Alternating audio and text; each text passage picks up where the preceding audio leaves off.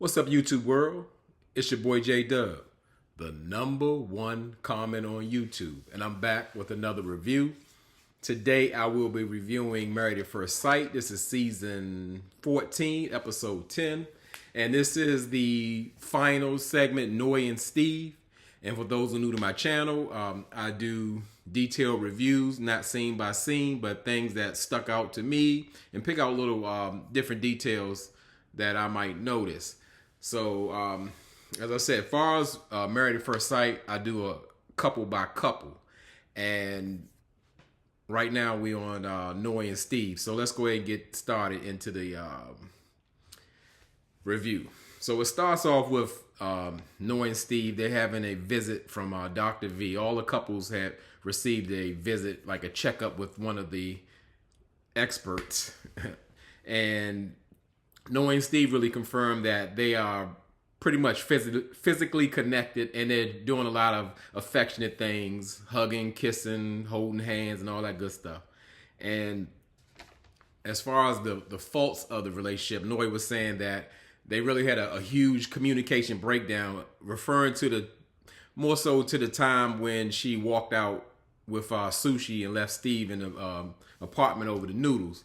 And she was saying she goes into kind of shutdown mode with Steve. Why? Because in her past relationship, she's used to like lashing out and saying things that she can't take back, and she doesn't want to do that. And I mean, I get the reason, but that walking out and gone for 24 hours, no return phone call or text, you know, that's gonna be problematic for most anyway. So Noi was saying, she was telling Dr. Viv that it didn't really hit home to her, like the damage she had caused, until Steve kind of expressed himself like she really hurt him. And that's when she really got it and said that like she knows it's going to take some work, that she can't do things like that, but that's how she's like kind of used to reacting. And you know, she was crying and everything, but Steve, he felt nothing, because I guess he didn't cry for them 24 hours. He didn't have no sympathy for her, nothing. He just came out and said, look, well, yeah, it may take time for you to straighten this out, but just letting you know, if you keep behaving like that or reacting to what's happening, we can't move forward. It won't be sustainable. And Noi was saying that the problem that she has with Steve is when she's looking for somebody to contribute financially to their household as well. And this was where it really gets crazy, because it's a lot of Steve fans out there, and that's like problematic, because for real, the most part, what don't bother me is like the people on the screen, because a lot of people got their flaws, their ways. Sometimes they get not self-aware, they can't see. But the fact that people are backing Steve so hard that they even making up, you know, imaginary savings, and Steve he make $1,000 an hour at his job. I mean, having no information. And the stuff that I go through in my reviews is I take off of what, one, his body language, and two, the information that I'm given. I don't wonder about anything. I do know Steve has a used RAV4 with a dent on the side, on the passenger side, and he didn't get that fixed as of yet. I do know that Steve has like a grayish tint over his teeth. You know, it looks like years of neglect. I do know that. And I do know that the man that brought Steve in this world labels him a vagabond. Those are the things that I know, and those are the things I go off. But as I said, Steve is very communicative. He's self-aware. He uses the proper tone. He's like I said, I can't say enough about how his communication is so mature. But Steve's 38, and not that because he's 38, your communication is on point, because that's not the case. It has nothing to do with age. But when that financial plan come up, you can't see it because I got a beard. But Steve, that he gets them lumps in his throat, you know, like he needs some water or something. And that's what Noi is talking about. She's saying like, hey, I need going forward, I need to have a plan to feel secure about with this marriage. And then, you know, Steve just pretty much said, "Well, do you think I don't have the ability to make money?" Steve, did anybody say, or did anybody hear Noise say, "Steve, I'm questioning your ability to make money"? Like, this man is playing these mental games with her. He's doing them the most word gymnastics with her. So I gotta quote these because I mean this is so good. I mean you just gotta. It's not so good, but it's just so crazy that this man is doubling, tripling down on what he's saying. Like, this is real. So Nori pretty much tells them, like, I don't doubt it, but then Steve said, well, hey, has it directly affected you? Because like, I guess he's been taking care of his business for the last 3 weeks or so.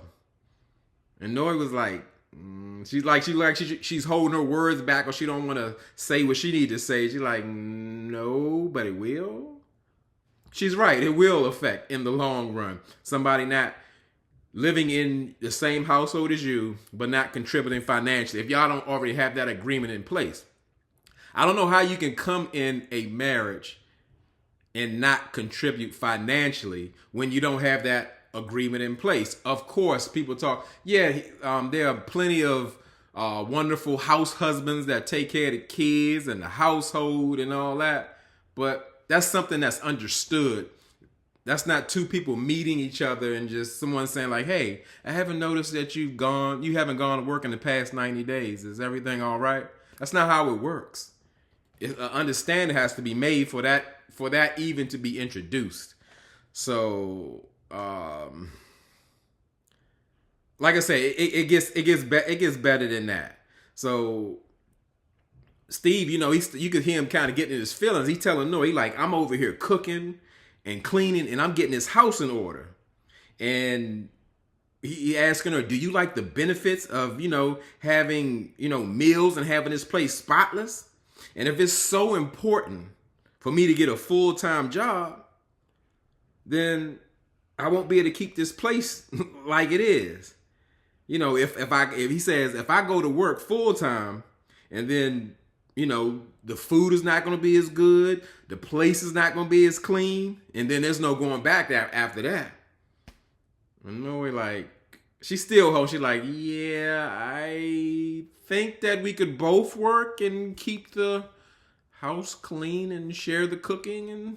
And then, Steve, he's like, all that craziness he just talked didn't work. He was like, oh, well, look, I have to jump out on faith. So if I go to work, I haven't seen you cook or clean. So, you should just try it this way and see. And I'm like,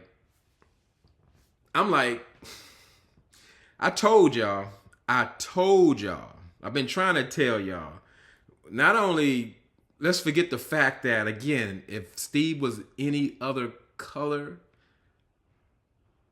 he'd be roasting, he'd be still hanging. There would be 24-hour lives talking about how bum he is and how, all kind of craziness. But we still hanging on to this Steve. Steve is refusing to work. He don't want to work. And Noi pretty much answered with that. She's saying, hey, that's not something I envisioned or something I even imagine that would be possible. I'm going to work and my husband is not. I want to build. I want to have a family. I don't want to take care of the family by myself. That's not unreasonable. The only way those things are in place, well, I'll give you an example like Tabitha Brown, where her and her husband made a goal and a plan for him to invest in her and her career and have her do her thing. And then later, when she made it, she would share those profits and wealth with her husband so he wouldn't have to work the job that he did.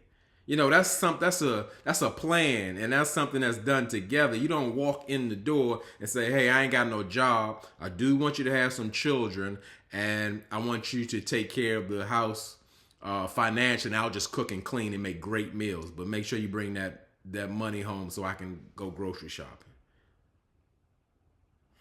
That doesn't sound very attractive for most. Most people wouldn't sign up for that.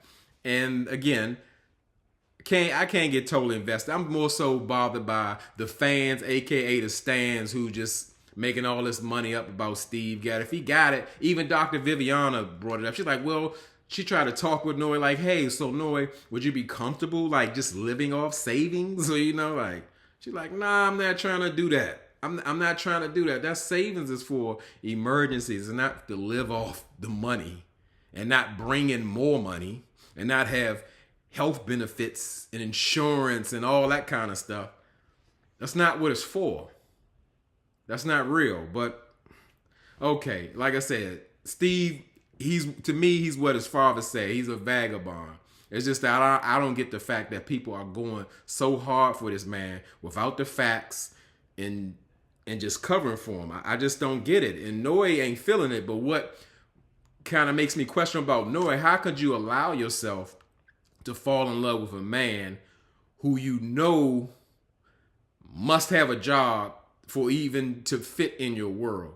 Which to me is understandable. I get that. And they'll even flip the thing and say, well, what if Noi didn't have a job and Steve had a job?